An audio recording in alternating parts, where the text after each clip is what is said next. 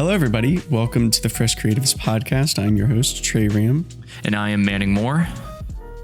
And today we've got another wonderful show for you guys. We're going to be looking at some stuff that Manning and I have done in the past week.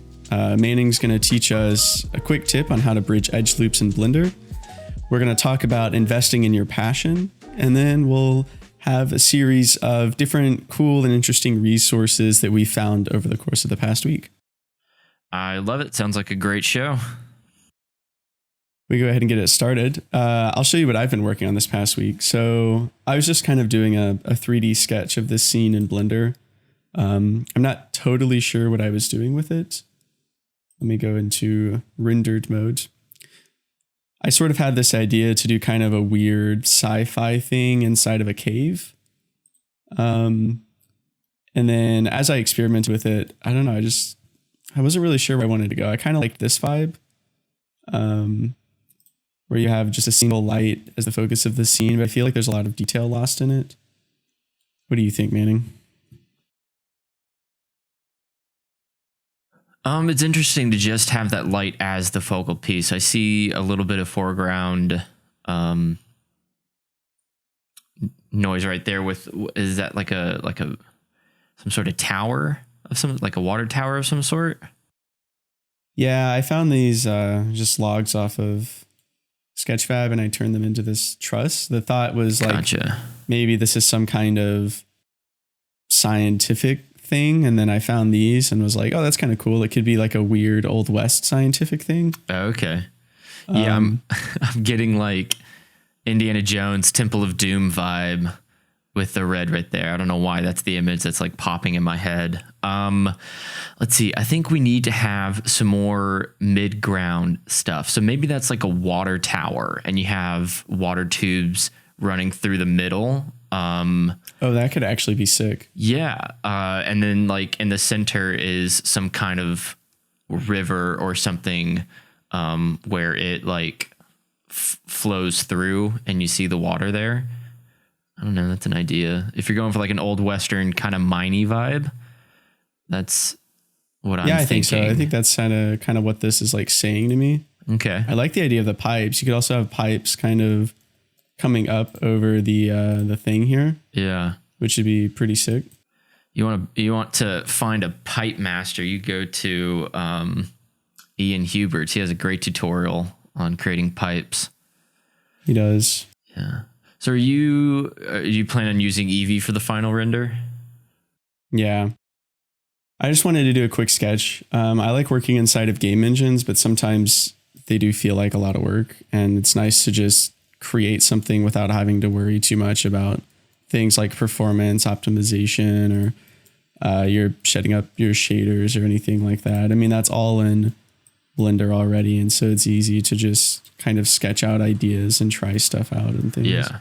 Absolutely. You know what? I'm glad you showed me your creation of that pipe right there, because my tip of the day is actually going to help make that corner much cleaner and much better. Yeah, this corner looks like crap. I have no idea how to do something like this. Well, so I'm excited to learn. I have a wonderful tip of the day for you for that.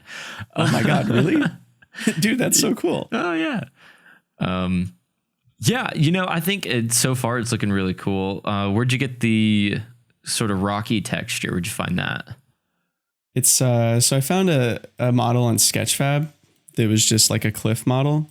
But unfortunately it didn't come with the texture in Sketchfab. So I just have like an asset folder, and I pulled it from the asset folder and modified the UVs of it a little bit. So you can see that it's just a tiling texture, and not super interesting. But in the context of the scene, it's fine because it's so dark, you can't particularly see much. I think the grounds could be a bit more detailed. Whoops. But yeah, the idea of a river is really nice. That would add a super nice reflective foreground element, which would help split up the scene more. Cool. I love it. Just building stuff. That's good. Yeah, just trying stuff out. I'm going to show my accountability thing. So I'm actually showing, this was the first episode's render. I it was like early in the morning, couldn't figure out what to do with this picture. So I ended up grabbing a bunch of materials from the Grayscale Gorilla material library. If you have a Grayscale Gorilla Plus membership, you can get all of these wonderful materials that you can just have for Octane, Redshift, Arnold, and I think also the default physical render in Cinema 4D. So I just grabbed a bunch of stuff. I grabbed a little coffee cup model and kind of had this idea of like this person, whoever it is in an art workshop. They have their cutting board right there, fresh cup of coffee, and are about to get started on working. So it was a really simple render. It needed something done quick. If you see, I use a lot of composition guides whenever I'm lining up my camera. And the scene, I mean, it's as simple as it gets, right? It's a cube, a little plane right here, and then a coffee cup. So it's not necessarily intense, but for the time crunch that I was under, I think it ended up creating a really cool image really quickly. And I was pretty happy with the end product, and it ended up being our kind of show image, the master show image, which worked out really well. That HDRI in the background fits perfectly, honestly. Yeah. When you sent that photo to me, I didn't actually realize that was an HDR. Right. I thought maybe it was like an image or something like that you'd put in the background. But it just matches up really nicely. And this is just something I love in general. When you have objects on glossy surfaces reflected in the glossy surface, I just think that looks so cool. It gives so much character to like a surface, and you can really zoom in, and yeah, I mean, you can even see there's so much detail in that surface roughness map. It looks great. See, this was actually added later by me. I just grabbed a texture from Cornelius Damerick. He released a couple of textures for free that was really cool. So I just threw that into the bump channel really easily, and it came up with that, just scratched up the surface a little bit, and it worked really well just to break up the reflections in there. And the HDRI I got from HDR Haven, because that's where everyone goes for HDRIs now. Why do you pay for HDRIs anymore? I know.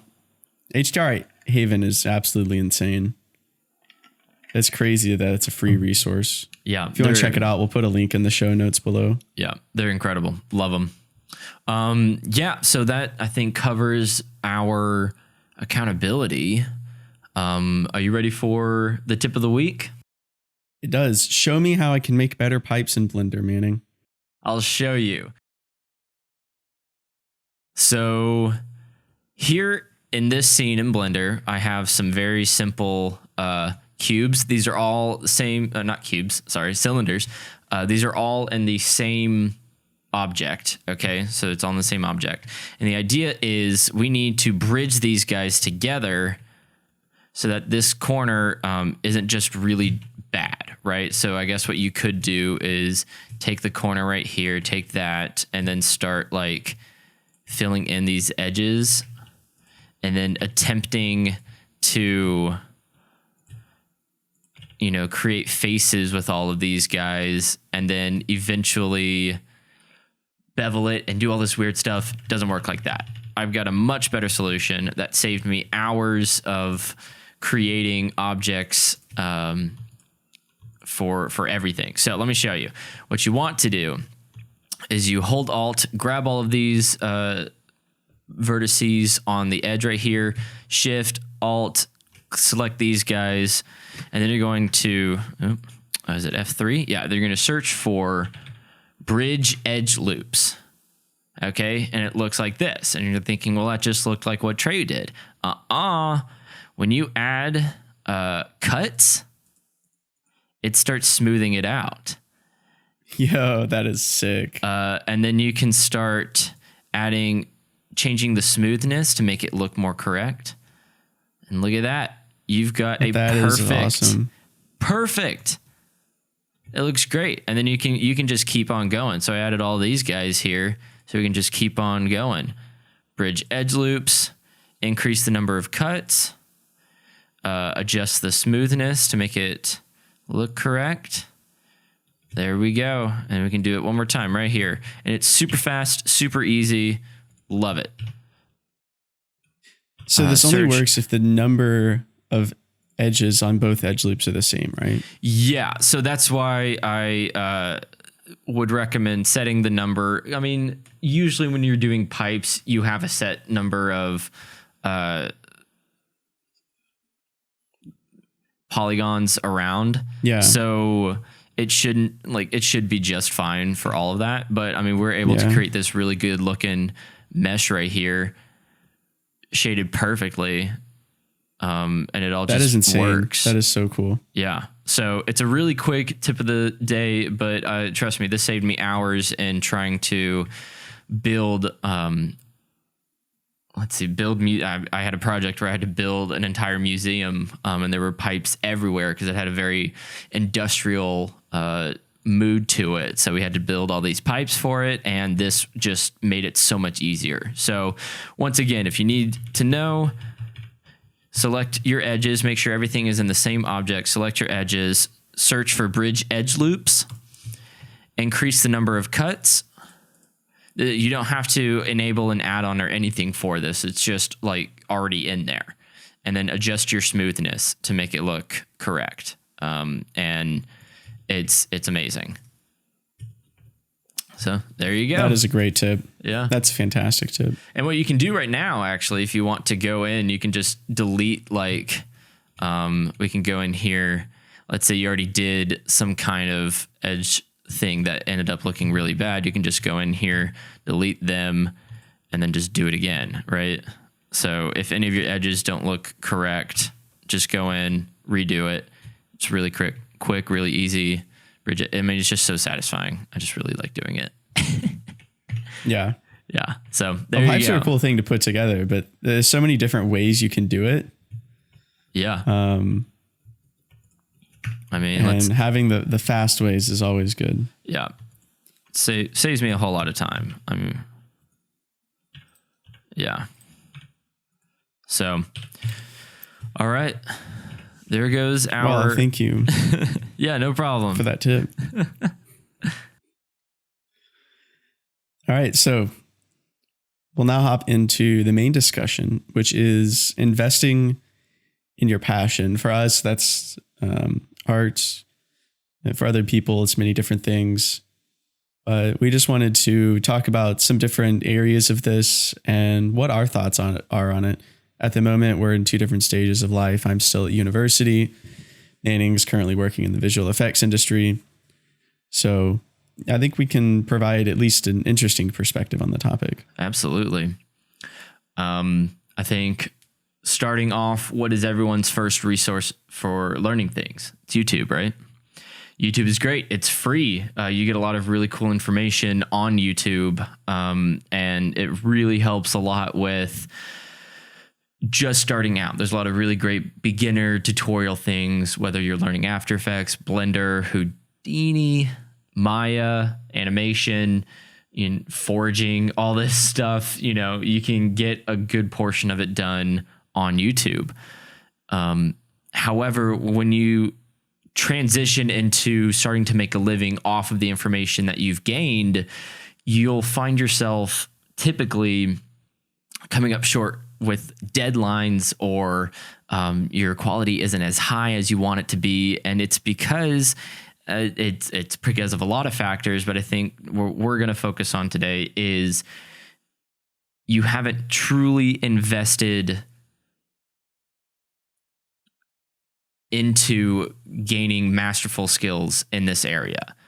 So in the specific instance, we're talking about paying for classes, right? There are tons and tons and tons of online schools, and I'm putting air quotes right now, online schools that you pay X amount of dollars a month and you can watch all their classes. And there's a large repository of classes that they have. So something like Skillshare or Udemy or whatever other places, lynda.com, which is now LinkedIn Learning or something like that. you have access to these incredible courses, usually done by really high quality teachers, people who have been in the industry for a while. And doing something as simple as investing, and in these passions that you have can easily bring you up to the next level. Now, we're not getting sponsored by any of these places. We've just, I know, because I've done some Skillshare classes. I've been on Udemy. I've done LinkedIn Learning, and there are courses on there that I learned for 3D, VFX, After Effects, all this stuff that I would have never gotten searching for hours on YouTube. So when you do spend a little bit of money to invest in a passion that you have, that you wish to take to another level, it can pay off really quickly by doing these, I'm going to say, lower level investments, because there are some higher level investments that you can go in, like Learn Squared, or I was like Rebel Effects or something like that. These higher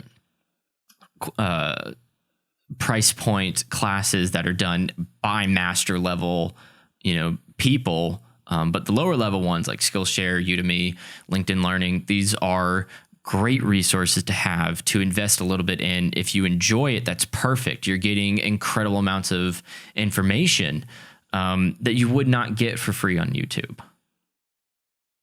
Yeah, but the thing is, YouTube is the place that you want to begin when you're learning. It's Absolutely a good place to gain a foundation. And I think that in many hobbies, it's always a good idea to start as cheaply as possible to learn whether or not you enjoy it. And when you're starting out, that's all art is. It's a hobby. I mean, I did it as a hobby for a while until I decided I wanted to pursue it as something more. And now I'm investing in that.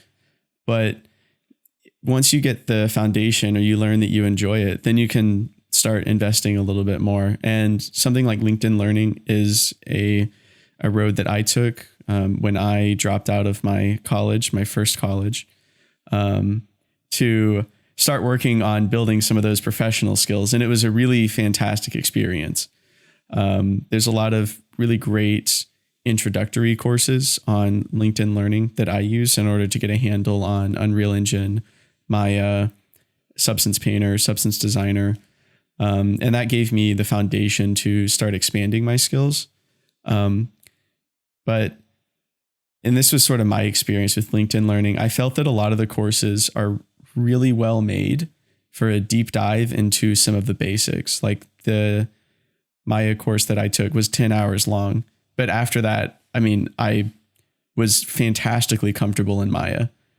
And that's really valuable. But if you wanted to do something much more advanced, right? Let's say you wanted to learn the workflow of a level designer at Naughty Dog. You're not going to find that on LinkedIn Learning or Udemy or Skillshare, I don't think. I think those, because it's much more high profile, much more specialized, are going to be found on websites like Learn Squared, Gnomon Workshop, Gumroads, things that are really focused specifically on artistic endeavors. And there is a workshop on Gnomon Workshop by a level designer at Naughty Dog to design a level in Unreal Engine. And he runs through the entire process from gray box to modeling to texturing to putting the environment together. It's absolutely fantastic. But you're going to pay a little bit more for that quality. I think Gnomon Workshop is $50 a month USD, which is kind of expensive, but depending on what you compare that to or how serious you are about that is, it's definitely worth the price, because you're learning a lot in that from people that are highly experienced, highly valuable. And I think I'm very excited about it. It's a unique byproduct of our information age that we're able to have connections to these people that in the past were just completely impossible to talk to, and learns so much. And I think that's one reason why in many ways our worlds is so much more advanced than it was in the past because we're able to share information so easily. Yeah, absolutely. Yeah, it's kind of crazy how really and truly you do not need to go to an actual university in order to get a hand in an artistic field. No, not at all. Yeah, although I do want to say that there's a place for universities. I know kind of in the art community, there's always the question, do you need to go to university? What do you think about university? University isn't worth it. It depends on the person you talk to. Have heard people say that, they say, well, I didn't really learn anything at university. I could have saved money by doing something else. Right. Which I think is a valid point depending on your university. But the one thing that a university gives you that is hard to get when you're learning alone is connections. It gives you a very easy path for connections. And it's sort of a icebreaker when you're discussing with somebody in the industry. You say, oh, I'm studying at this university. We do this, and you also are working with people that you might work with in the future. So a lot of people that I study with now that I could see myself working in a professional capacity with them in the future. And you're building that relationship very early, which is extremely valuable in the field of business. And the higher up you get, the less it becomes about skill and the more it becomes about relationships. Because at the top, everybody is good. So, yeah. And I don't think if you go to a university expecting to learn how to make art, I have a feeling you're going to be disappointed most of the time. Because in my experience at my university, everybody in our art specialization is good because they have learned on their own, not because they learned at a school. And it's because they continue to learn on their own that they're continuing to improve. So you have to have a proper expectation about university as well. And then the other thing is you have to figure out whether or not it's financially feasible or makes sense. The United States is horrendous when it comes to the cost of university. And honestly, I think because it's so bad, I'm not quite sure if it's worth it to go to university in America for something like games. You can spend that money. Tell me what you pay in tuition. I currently study in Germany and I pay nothing in tuition. It's completely free for me. So in that case, it makes a lot more sense to go to university in Germany. Yeah. That being said, my school is very specialized and extremely small. So it's highly competitive to get in. But I mean, still, yeah, it's something you have to analyze. And this is a per person basis. I can't say what's right for somebody else because that might not be right for you. But if you think about it in terms of cost, if you're going to university, you're going to be spending X amount of dollars. So if your only goal is to get a job, maybe you save that money and put it into an online course instead. I mean, Noman University is $50 a month, but compared to what you're going to pay at a university in America, that's freaking pennies. That's nothing. Something I just thought about is, do you have the self-discipline or even the time to do that? Because when you're in school, you have assignments, you have teachers, you have students that are doing these same assignments. You have all of these accountability things set in place to help push you to actually get these skills that you're supposed to be learning. When you do online school, it's you that are having to have that self-discipline to push yourself to continue doing whatever it is you're doing. And that's in a lot of ways really difficult to continue that self-discipline. So, I can't tell you how many times it's like, okay, I'm going to start this online course. Okay. I got this online course. I'm going to do it 4 hours easy. And I go 2 hours in and I'm like, I got to take a break. And then it's months before I go back to it. So having that self-discipline is really difficult. And then the time to do it. When you're at school, you have a dedicated amount of hours to school, right? If you're going to be doing, a side way of learning these skills, more often than not, you're working during this time. Maybe you're married. Maybe you're in a very intense relationship. Maybe you have, 5 jobs that you're having to do to stay afloat. You don't have that time set aside or dedicated to doing these classes. And so it becomes a very, what is best for me in this situation, right? It's, can I invest, sure, it's like $20 a month for Skillshare. Can I invest that? And then also it's, can I invest the time to make that $20 worth it? Can I invest 10 hours a week dedicated to this course to learn it, to do the homework for it? And I'm putting air quotes because some classes have homework for it, to do the homework for it, and to actually push yourself to do whatever it is they're teaching on your own creative project. So in some ways, it costs more, not necessarily in money, but in time and in mental dedication to do these online courses. Yeah, I think it's a very individual thing, which almost sounds like a cop-out. A little it's bit. Like, oh, I can't tell you anything, But the fact of the matter is that every person is different, and it's really important to think about what is going to work for you. As an example, I was studying at an American university, film and media, and I got to a point I was like, this isn't working for me. I don't want to do this. And I was telling people I was going to drop out, and naturally everybody was like, no, you can't do that. You have to stay. You can do what you want here. And I was like, no, this is what I need. Me as a person, I know this is like best for me. And so you have to think about that, right? And not listen to other people, because there are a lot of voices out there that are going to tell you what you should do. And it doesn't mean they're correct, even though they might be older than you. And you should definitely take their advice into account. Advice from older people is so valuable because they're far more experienced than us. But that doesn't mean they're always right.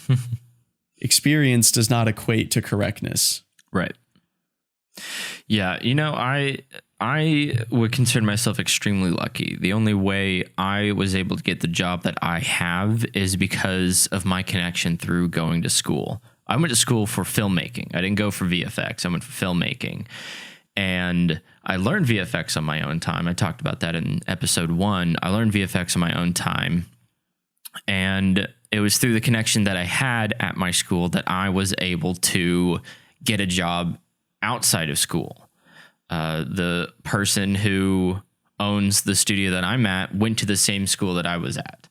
And so it was through those connections that I was able to get the job that I had. And you mentioned it earlier, how that is kind of the main reason, at least for some people, okay, because all of this is very subjective.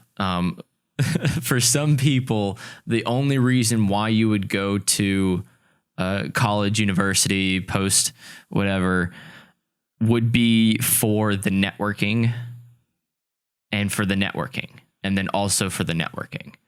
So, if I went to, a school in California for film, I would really only be there for the networking, right? I went to the school I went to because I was learning filmmaking, and they taught story and substance over, technical whatever, because you can learn technical. Just read the manual for whatever it is that you're doing. You can learn technical stuff, but it's the skill of learning how to tell a story that is really important. So, that was what I got from university, was the skill to tell a story. Not other people, not going to be the same for everyone, right?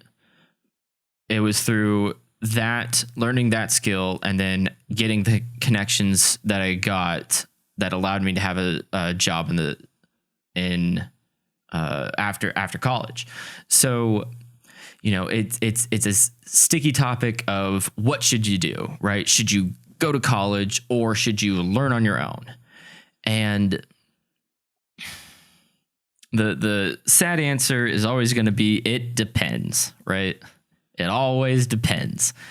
So for me, it worked out that going to college was the right choice. I am learning more now in terms of visual effects at my job than I ever would have back in school. Okay, even if it was a VFX school, I'm learning so much more on the job now than I would have in school. But the only reason why I have a job now is because of the connections I made at school. So for me, it was worth it to go to school. Trey, you dropped out of school. Yeah, like I said, I dropped out because, I was paying $25,000 a year. Yeah. For my school, studying something I really didn't care about. And I just thought to myself, this isn't the life I want to lead. Mm-hmm. So I dropped out. I said I was going to go back to school, but to be honest, I didn't plan to. However, I looked anyways, and I said if I was going to go back, it has to be a deal that I can't refuse. Mm-hmm. And that's why I looked at international schools. And I found the school I'm studying at in Germany at the moment, the Cologne Game Lab. Mm-hmm. And applied. I made it in somehow. Yeah. I still count myself very lucky. I'm very grateful that I have this experience. Yeah. But my biggest just piece of advice from my granted very limited life experience is to take the time to think about it and don't rush into decisions. If there's one thing I've learned, at least in my life, it's been my experience, and I'm very lucky in this aspect that things don't immediately go downhill if you don't make an immediate decision. You have time. Yeah. Life is very long, and we don't need to rush into things, even though sometimes it feels like we do. I definitely feel like that sometimes. And so taking the time to think about it and to reflect on yourself and what you need and what you want is going to be very valuable in finding what path you need to take, whether you do free tutorials on YouTube or whether you do paid tutorials or whether you go to university. Finding what that thing is that you want to study, focusing on that thing, putting yourself wholeheartedly behind it, and then just doing it and not caring about the quality or the results at the beginning. Just do it and learn, get better, and eventually the results will come, I think. Maybe you're not going to become highly successful, but as long as you keep taking baby steps forward, you'll eventually reach your goal. But you can't stop doing it. Otherwise, you're never going to get good. You're going to fail if you stop. That's my opinion. Yeah. I don't think you ever fail if you keep going, but if you stop, you fail.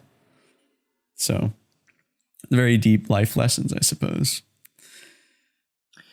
So it's definitely good. But I think that's all the time we have for this topic. Yeah, I think we dove into that. Why don't we go really to the well. resource roundup, Manning? What fun stuff have you found for us this week?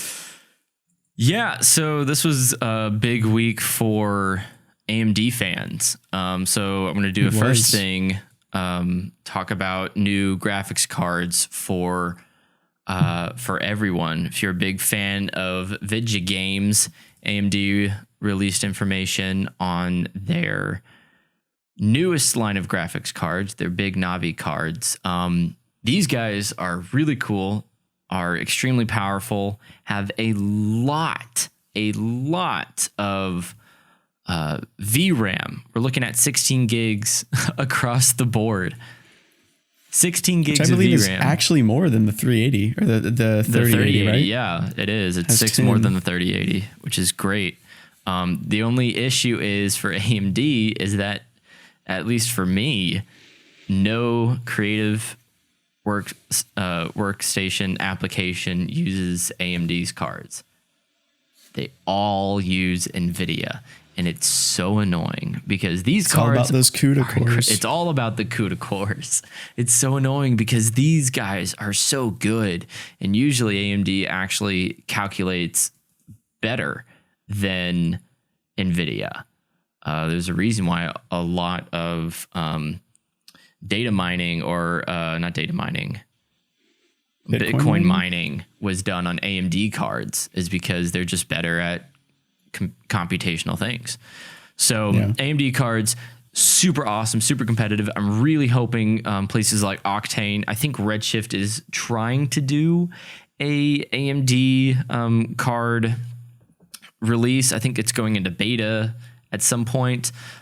which would be great because then you can actually utilize these cards that are cheaper than NVIDIA, which would be really good. So this is an important series of cards to come out. I'm very excited for it. It's going to look really cool. Next thing we have is this amazing video from 2 Minute Papers on deformation simulation. I don't know if you guys follow this guy at all. He has some incredible videos just talking about academic lot of things. Research papers that come out. Yeah, research. And there's a lot of just absolutely fantastic computer graphic stuff, AI stuff, and it shows how fast the progress of computer development is right now. So if you're interested in that kind of stuff, if you're interested in really cool technologies that at the moment aren't able to run in real time, but do amazing simulation, absolutely watch 2 Minute Papers. There's so many cool videos. Recently, he showed a video where they reworked how fabric simulation works, so it's much more accurate and fast. There's also a video about reconstructing humans in 3D based on a singular photo. Oh yeah, which is fantastic. That's cool. So I can recommend it. This is a fantastic website to just keep up with some of the cool stuff that's happening in the academic world. Yeah, absolutely. Love it. Next thing we have is a really cool tutorial from Milo Lab. It's this really beautiful like cloud animation, title animation. It's beautiful. It's really well done. He does it in a really simple explanation, all in Fusion 16. If you have not made a move to learn node-based compositing, highly recommend it. It's really good if you ever want to be a compositor. And this tutorial is really great for beginners. I love it. It's super cool. And it goes through some great techniques to use. He also uses plugins from Reactor. So you need to download Reactor and some of their plugins. Those are all free. It's amazing. Love Reactor.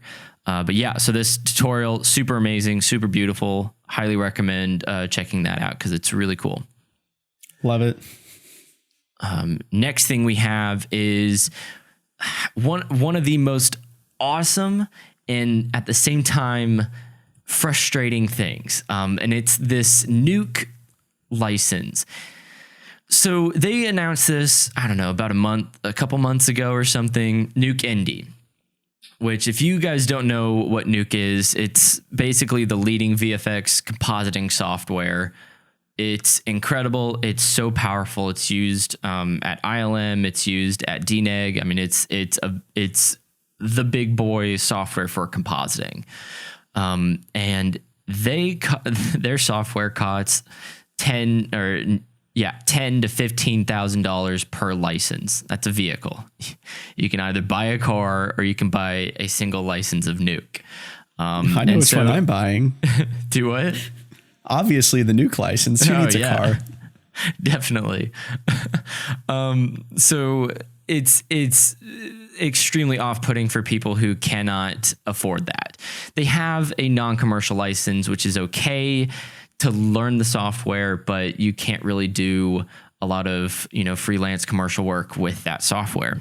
Well, they released Nuke Indie, and Nuke Indie is really cool. It's $500 a year, and you get this Nuke Indie tier. And there were a couple things that were really not cool about it. One, it was you could only save comps in the new Nuke Indie license format, which you cannot open in the normal Nuke license program. So let's say you're a freelance compositor, you got hired by ILM to composite a shot. They want the Nuke file that you worked on. Because they have Nuke Studio, you can't give them that Nuke Indie license file. It won't open. And that's frustrating. So that's still a thing. Second was it didn't have support for third-party plugins. Well, this was the whole reason why I brought this up, is that they now do. They now support third-party plugins and OFX plugins in Nuke Indie. And that is huge. That is a huge, huge thing. So that makes getting Nuke Indy like that much better. And then the third not so cool thing is that you can only render up to 4K resolution. So it's almost there for the indie crowd. It's almost there, but really cool things are happening with the Nuke Indie license. Really looking forward to see what changes. I know people are really asking to be able to save in a regular Nuke file format so that studios can open it up. I don't know if Nuke will ever get there, but here's to hoping, right? Yeah. Okay. And then right here we have the last one, which is a super cool free slime effects pack from everyone's favorite VFX Copilot. Thank you, Andrew Kramer. Had really cool. Let's see. I remember seeing this video. It's quite it's an older blog post, but I found it while I was looking at different like free resources for different like kind of fields you could research. Yeah. And I saw this and I thought it was absolutely amazing. And the video that they have in the blog is really cool about the making of. Yeah, it's hilarious. So yeah, that is a great resource. I mean, 3 gigabytes of stock VFX for free is absolutely insane. It is really nice. And it's high quality too. I mean, it's not low quality stuff. So yeah, we need to put together like a set of resources of like really cool free things that we find. That's a good idea. That is a good idea. Yeah, I'll make a document for that. Yeah, we'll have to find a repository for it. Yeah, those are the really cool resources that we have found this week. Yeah, do you have anything to say? Anything to add? No, that's everything that we have for this week. I want to thank everybody so much for joining us. And I hope that you all have a wonderful week. And don't forget to keep creating. See you guys next week.